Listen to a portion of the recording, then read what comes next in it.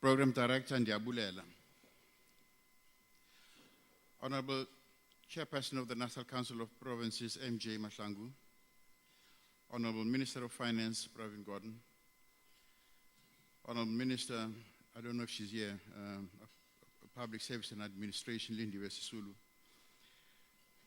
Honorable Deputy Speaker of the National Assembly, Nombembe,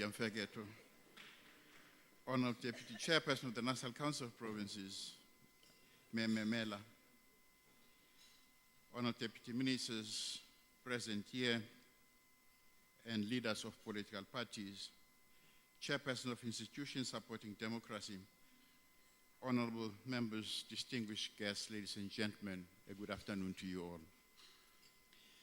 It is my pleasure to welcome everyone, and especially our honored guest, Mr. Terence Mncedisi Nombembe, and his wife, Mrs. Nokwanda Nombembe, to Parliament today. We are gathered here to bid a fond farewell to the Auditor-General, or the AG as he is affectionately known, a soft-spoken, gentle, and a thorough Auditor-General, committed to his profession and who has set the highest standards for good and accountable governance and professionalism. The Auditor-General's departure gives us reason to pause and to reflect on his remarkable achievements over the last 13 years. All of us here will agree that the AG, during his tenure, has carried out his constitutional mandate with distinction and without any fear or favor. Even Parliament has not escaped his reprimand, his caution, or attention to detail on occasion. What I've come to appreciate about the AG the most is the energy, the passion, and the constructive approach with which he reports on issues of governance and financial management in the public sector. This approach is illustrated in your comment, AG Nombembe, when you assumed the position of Auditor-General in 2006, and when you said, and I quote, "Public sector audits go beyond merely expressing an opinion on the financial statements. When we audit the public sector, we also comment on the effectiveness of key management processes and give feedback on compliance with laws and regulations. We have to report in a manner that enables Parliament and the executive to account for how they deal with taxpayers' money and how they contribute to service delivery," close quote. We could not agree with you more, Sam. All of us are in agreement that the AG has used his role to influence and promote a positive tone throughout government. The AG has also shown that he has a great capacity to explain and to teach. It seems to me that the ordinary person understands him much better than the policymakers and the politicians.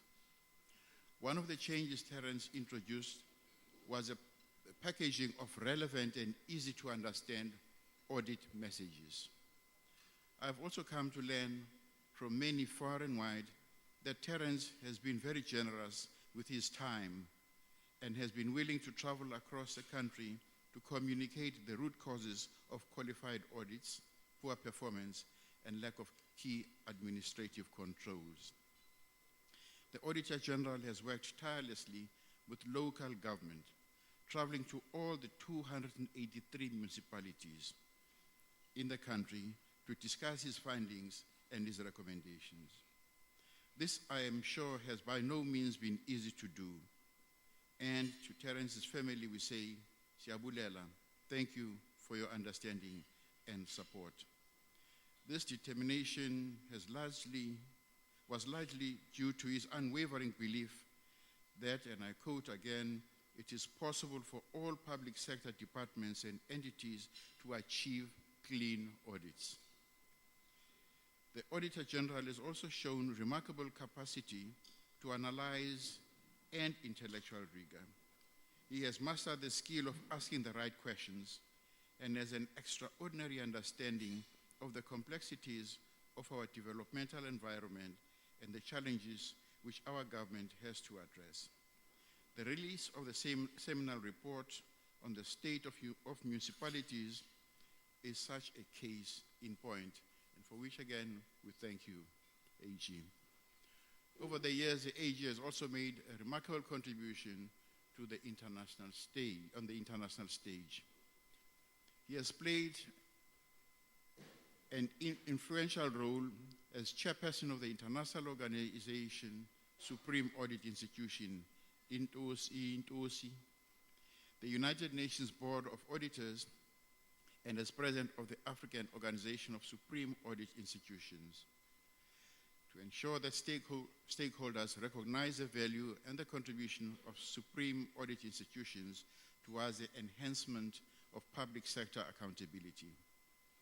The final contribution which I wish to touch on is the AG's unwavering focus on the long-term interests of our country by setting up programs that nets and grooms young chartered accountants and final managers to work in the public sector and to assist in managing our country's public resources more effectively.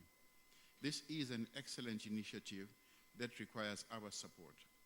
We hope that you will continue, AG, to lend your expertise to this initiative. Auditor-General Nombembe has patiently and steadfastly shown us the value of integrity, good and clean governance, and accountability. Of course, the AG has not solved all the problems prevalent in the private sector. There will be many puzzles and many issues for his successor, Mr. Kim Makwetu. We are, however, confident that Mr. Makwetu will measure up to the task. Together with his team, Terence Nombembe has laid a solid foundation from which those who continue his good work can draw inspiration. As we go forward in the next few months, let us continue to remember the importance of deep analysis and intellectual rigor and clarity. We should be aware of the political winds, but look to ride them rather than be driven by them.